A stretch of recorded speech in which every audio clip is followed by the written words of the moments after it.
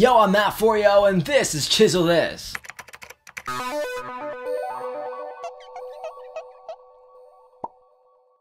I'm back in my humble abode right now because this is a different episode of Chisel This. It's about you, it's about me, and I wanted to have this background back. Since these questions are going to heavily relate to rap, I figure I should give you a little bit of a background as to why I'm qualified to talk about it. I've been rapping for about 6 to 7 years. Didn't start off very good, but I've gotten to a point where I am today, where you might say that you look up to the way that I write and rap. I'm 20 years old. My name is Mateo, and today we're just going to talk about the questions that you asked me. I got about 200 questions, which is a little bit more than I think I can answer today. And a lot of you asked the same kinds of questions, so don't think that your question was ignored. I'm just going to pick one that is representative of the many questions that you guys asked, and I'll answer it. Hopefully I answer your question even if you don't see the comment appear in this video. I picked about 50 of my favorite questions. Let's just jump right into it. Zircon asks, how did you find your passion for rap? And how are you going to improve and grow? I tried a lot of different things on YouTube to get involved in the creator side of the spectrum. Nothing was really working, and when I started rapping, it wasn't really working either. I didn't come from a background of writers. My parents are musicians, so I was always inclined to music growing up, but it was never really ever about rap for me until I started writing my own. And still to this day, I don't really like listening to rap. I mean, if we're gonna call what I do rap, then yeah, I like listening to some of it, but mainstream rap, not my cup of tea. The passion I found is really in the storytelling aspect. There is just a way that I can tell stories in rap that I can't use with any other medium. You know, I could write a book. Okay, who wants to write a book? A book is more or less facts on a page, stream of consciousness, and you're invested in it for a long period of time, and it's broken up too. You don't get it all at once. The rapping medium, through trial and error, I found to be a way for me to talk about what I believe in a way that allows for a certain amount of braggadocio, as well as creativity. I think the real passion that I have is making arguments, believing something with conviction, convincing people to believe in it as well. I think that there's a lot of different things that you can use to convince people of with rap. For example, it can be as simple as, I want to convince you that I'm the best rapper in the world, and that's what your raps are about. It's what the lyrical showcase lends itself to. Or you can say, these are my morals, what are yours? Let me open a conversation with you. Both of those messages are friendly with the rap genre because you can tell the stories in creative ways. It's like you have your argument beneath and you have the veil on top of it. And that veil is lyricism, it's flow, it's rhythm, it's structure. It's really creativity, and creativity is really my passion first. What I really did was bring creativity to something that I thought I could manipulate, and that's rap. Manipulate in a good way, should I say. And I hope to improve by continuing down that path and inspiring others as well. Cloud Dreamer asks, did you ever get to meet another YouTube rapper besides Pete and Lloyd? So a lot of these questions are coming from my critical analyses of epic rap battles of history. I'll answer a couple of questions about that because I know some of you are really here for my insight on the matter. I never actually met Nice Peter and Epic Lloyd in person. I've talked to them, Lloyd briefly, Pete extensively. Really great people. The only other YouTube rappers that I met George Watsky at one of his concerts. Really nice guy. I gave him a little flash drive with some of my music on it. This is before I was even like popular on YouTube. Like I wasn't really that great in my opinion. He actually got back to me after like 6 months. He sent me an email saying it was pretty cool. You might also see something from I'm not gonna say it. You'll see it soon enough. Now it's time to meet the crew, tight, but I carry traditional weapons. I'll bloody you up with an axe.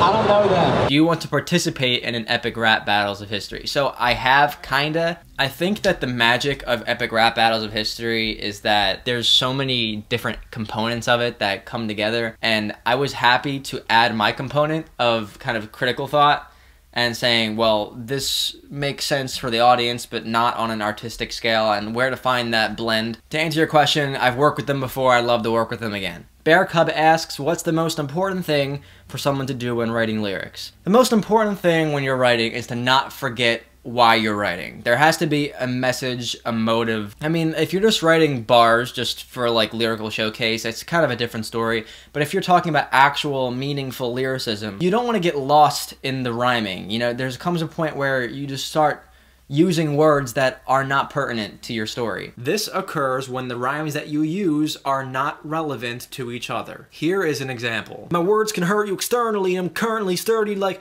turtle trees and hot like herbal tea or Myrtle Beach, burbally. You have to ask yourself, am I using this word only because it rhymes or because it adds flavor or context or meaning? That's something I think you can't forget when you're writing lyricism. YPat Official asks, how do you overcome writer's block when trying to write a rap? Writer's block isn't really a problem of mine. The message is just so prevalent in my mind. It's like a huge image that I see, and I know how to get from point A to point B, but if something's not working the way I want it to, I just put it away. When I was writing Smash God, I wanted to maintain the rhyme scheme from the original Rap God as much as possible. There was a point where I thought that I wasn't writing anything substantial. I was just writing to rhyme. And I said to myself, I can do this better if I just don't do it now. That's not an excuse to procrastinate. It's an excuse to say, come back to this with fresh eyes. Take time to invest yourself in the message that you want to bring, and then go back to the writer's block and say, does what I've already written fit with that message, and is what I'm about to write going to fit with it? Sometimes if you really just can't push through the barrier of writer's block, think of a word that's pertinent to the whole message that you're writing about. If that word, I'm not saying like cat or hat, I'm saying like maybe taxidermy is a word that has to do with your message. That word has good rhyming potential. So you want to just come up with relevant rhymes for that. I have a whole episode about that. The pressure is high, so you're back in the line. I think that relevant rhyme and you'd be better in silence. That can sometimes kind of push through the blockage that you're experiencing. Do you ever feel like your raps are repetitive? If so, what do you do to fix it? There's two different kinds of repetitive. The one kind of repetitive is just you're saying the same thing over and over again. It's like, we get it. You have fans, you're on your grind, you're moving up. That's what I consider repetitive. There's a different kind of repetitive that could actually be good. And that kind of repetitive is knowing your message and finding different ways to spell it out for people. On my recent album Fire Rap version, a lot of the songs have the same mantra. It's about being yourself, living individually, but allowing others to also live as individuals. But each uses different mechanisms to tell a different side of that story. You can have one core message and then filter everything through it. But if you're talking repetitive, like maybe the rhymes are bland, like I said, just come back to it later or try something unique and shocking to try to push through that blockage. How do you add more meaning to a rap lyric or diss? What you should really be asking is, how do I add more lyric to my meaning? Chew on that. Whose rap style is closest to mine? Nice Peter, Epic Lloyd, or Zach Sherman? I'm with Zach on the whole roundhouse kick method of getting the point across by using certain words or story mechanisms that meander off the trail and then hit it back at the finish line. And skewering a rhyme scheme through that whole journey is important to Zach as well as it is to me. I don't like saying that my style is like anyone's. I think that my style is like Matt Forio's. Dylan often finds himself making the rap's overarching theme and story first, and then failing in lyricism. Or the reverse, you have a fast, well-flowing, tightly packed lyricism, but then the rap has no meaning. Which is the better starting point? Why and how can you do both? I think in doses you can include both of them in your rap. Certain things move the message forward more than others. Certain things are just for decoration. They're garnish. It's accessory to your message. The best way to put your message into lyricism is to add the metaphor and find the artistic way to explain something. It's almost like you're making an argument with somebody and you're trying to make a comparison that they would understand better. And then you try to make that comparison flourish. You add more to it. You decorate it. That's the lyricism part. In the reverse, if you have lyricism that doesn't mean anything, maybe chop it in half and then continue your message, because it's okay to have lyricism that doesn't move it forward as much as the rest of the story. You definitely want to make a starting goal and an end goal for your lyricism. You want to say, when I start this verse, this is where I am, and I want to take my reader to point B. If you write that whole verse and you're not at point B, but instead you went around to point E and never came back to point B, that's when you have to backpedal and say, what's more important, that I continue with the lyricism or that I reach that eventual message? Sean asks, how do you get used to rapping fast?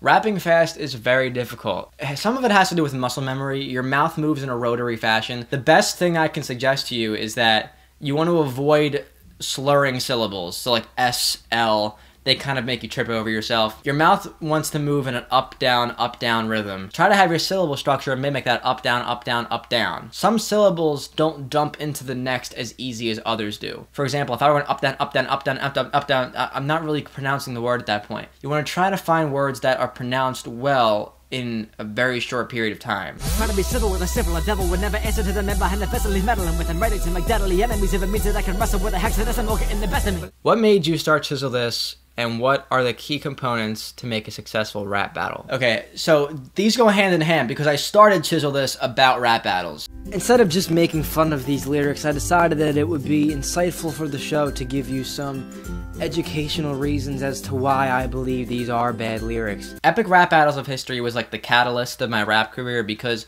I was really inspired by them, so I decided to work with some people who were also fans of them, and that developed into Epic Rap Battle parodies, and then that kind of tumbled. And for any of you asking about that, I have no idea what's happening with that series. I'm really not involved anymore. But the reason I made Chisel This is because I saw people in that community misbehaving with the rap battle format. I thought that there was so much more potential that we weren't touching into. And I originally made Chisel This as a way for the community to reflect on what they are doing personally and say, is this good or is this bad? That kind of evolved into actually analyzing the real epic rap battles and then getting to work with the real epic rap battles, and now I hope to branch out further. The components that make a rap battle successful are understanding both characters, portraying them respectively, but then also making them cross over. So you don't want to forget what makes the character unique enough to be represented, and you also don't want to forget why the two characters are pitted against each other. The lines that are composed of more crossover between both parties are the ones that make for a better rap battle. How did you come up with the name Matt 4Yo? Okay, you see this shirt right here, Matt 4Yo? Well, this 4 looks like an A, I guess if you want to call it elite speak. It would be representative of the A.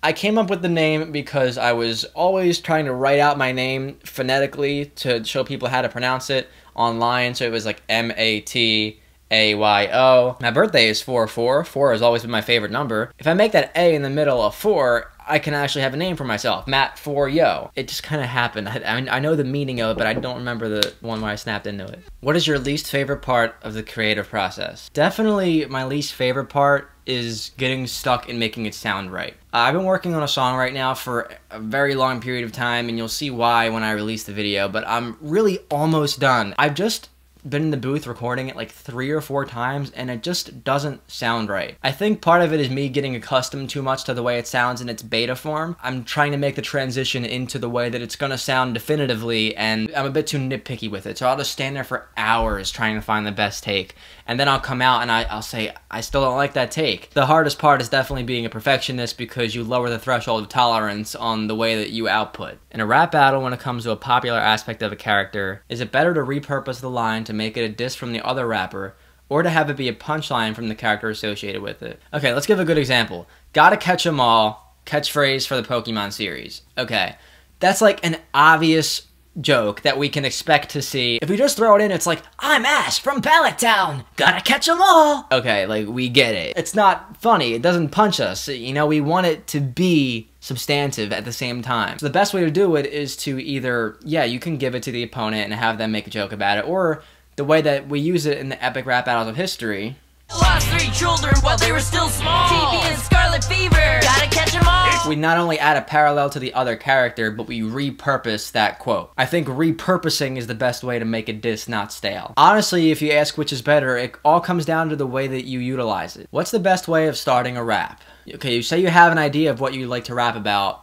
That's what you want to rap about. What's that idea? Where did it start? What's the concept that you have? And how would you make the argument to somebody if you were trying to explain it to them? I want you to explain the idea to yourself. And the first thing that you say is obviously going to be, or at least subconsciously, the first thing that you would say if you were trying to make the argument. Should also be the first thing that you talk about in the rap, because you're trying to walk us through your idea. Diss lines make or break raps. The oh moments are crucial, even if you are losing.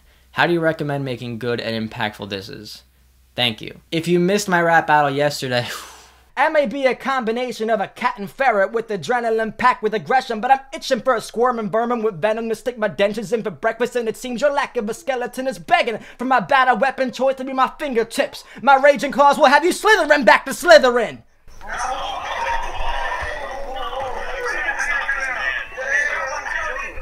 It'll be uploaded on Saturday, but some really good examples of how to answer this question were in that rap battle that I did. You want to definitely structure your disses to be at the end of a 4-bar sequence. The structure is organized in bars of 4 lines.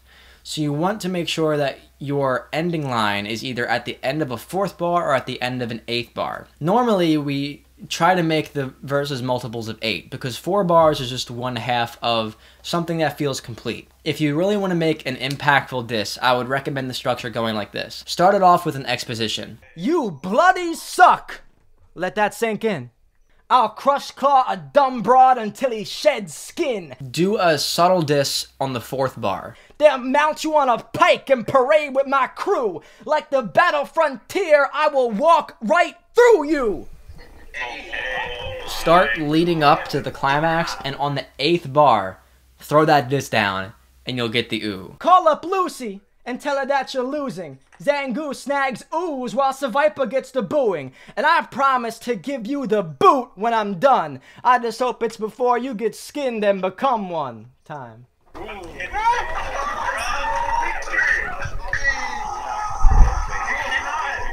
How many times can you rhyme with a word before it gets stale and boring? When it gets stale and boring. The rhyming has to mean something. If you just keep going on fervently, eternally, verbally, it just doesn't mean anything anymore. It has to mean something. In theory, you can make a rap where everything has the same rhyme scheme. The key is to make the message matter, and then have the rhyme scheme be something else that the listener realizes. And that's the impact that makes them say, wow, that's a good rapper. Where I'm not necessarily paying attention to the rhyming, I'm paying attention to the message, but it's still rhyming, and it just doesn't stop. Eminem does this very well. How long does it take to make an episode of Chisel This or any other project? Okay. Everything takes me a very long time. When I make Chisel This, I have to watch what I'm reviewing over and over again, make sure I'm not missing anything that you're gonna yell at me about in the comments. I also have to determine what's important to mention and what's too obvious that I shouldn't mention. It takes me a couple hours to write the script, and since I don't have enough money to purchase a teleprompter, I legitimately have to look at my script, memorize it, turn, look at the camera, recite it. If I mess up, I have to go back, read it again, turn on the camera, and say it again.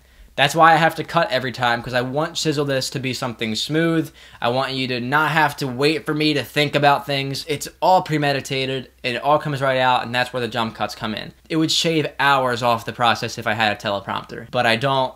So that means that not only do I have to memorize each line and say it, but when I'm editing, I have to make a cut in between every space of time that I'm memorizing the line. Okay, so it takes like 3 hours to write. It'll take about an hour to an hour and a half to record. So I'll literally have like 60 to 70 minutes worth of footage. Go edit it, takes like 4 hours to chop that all down, winds up being about a 25-minute long video. Then I have to watch all of it. If there's any mistakes, I have to go back and render it again. It takes a long time. Chisel This isn't a spaced out thing. It's just all day long. It's just a grind. Rapping, I can come up with the idea, write a little bit of it one night, write the rest of it the next day, record it that night, do the video the next day, edit it that night, and have it up by the next day. For example, the Unite rap that I just made, I came up with the idea on Thursday night. I wrote it on Friday, I recorded the audio on Saturday morning, did the video Saturday night, edited it Sunday morning, and had it up by Monday. What's the easiest ways to find rhymes that aren't the traditional rhymes? And what rhyme schemes do I like to use? The ones that I like to use are those non-traditional rhyme schemes. So you have your Dr. Seuss, cat, hat, and whatever. There's so much potential in word pairs and long words that you can rhyme things with. Let's just look at some of my recent work. Let's see. Okay, so for example, an idea for a song that I have on Phonology, and this is a premiere of the idea. It's called Arbitrary Ink. What the song's about, I'll leave it up to your imagination until I finish it. If we turn it into Arbitrary Ink, we can have a lot of unique rhymes there. We have one stressed syllable, arbitrary ink. So it's 1, 3 unstressed, another stress. It's hard for me to think here at Arbitrary Ink, filling cartridges with ink or cleaning garbage out the sink. How's a star and artist ever gonna dominate the market when he's washing cars and never gets to starting something big? A lot of potential there. Maybe if your rhyming word is a little bit bland, doesn't have as many syllables, come up with an extension of that. Make all the following lines rhyme with that extension. This is a good question. If there's a joke that you really want to include in a rap, but it won't quite fit in the limited space of lines you have, how do you condense it or reword it while maintaining its meaning?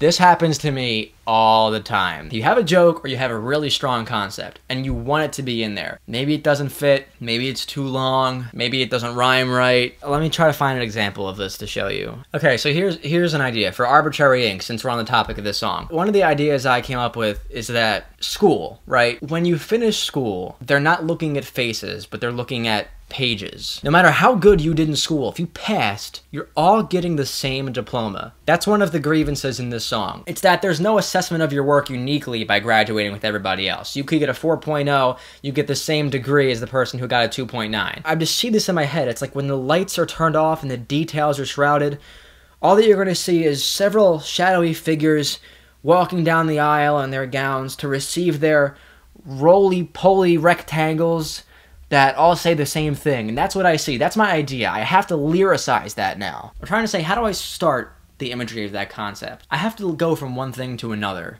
I have to be talking about school, or I'm going to be spending millennium explaining this. Let me tell you what I wrote. It's a trade-off that can't be explained well.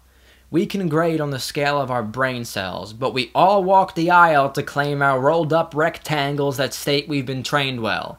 I know that I want that hard A sound because rectangle, so I won't make it the end. Rather, I'll look for words that rhyme with angle or something like it, and then I'll put rectangle in the middle for fluff. So, trained well is what I came up with. What rhymes with trained well?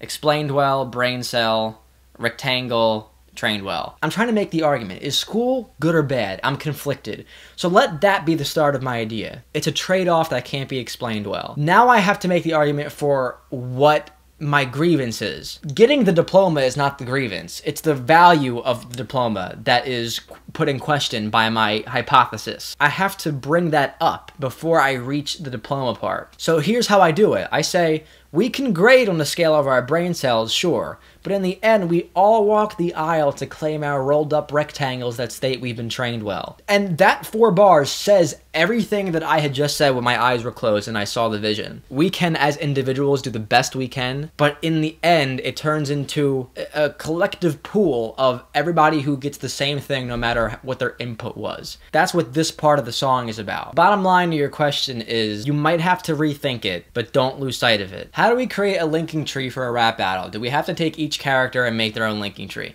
Okay, the linking tree is a concept that I created. You can watch Chisel This tutorial episode number 2. It's the difference between using and exploiting.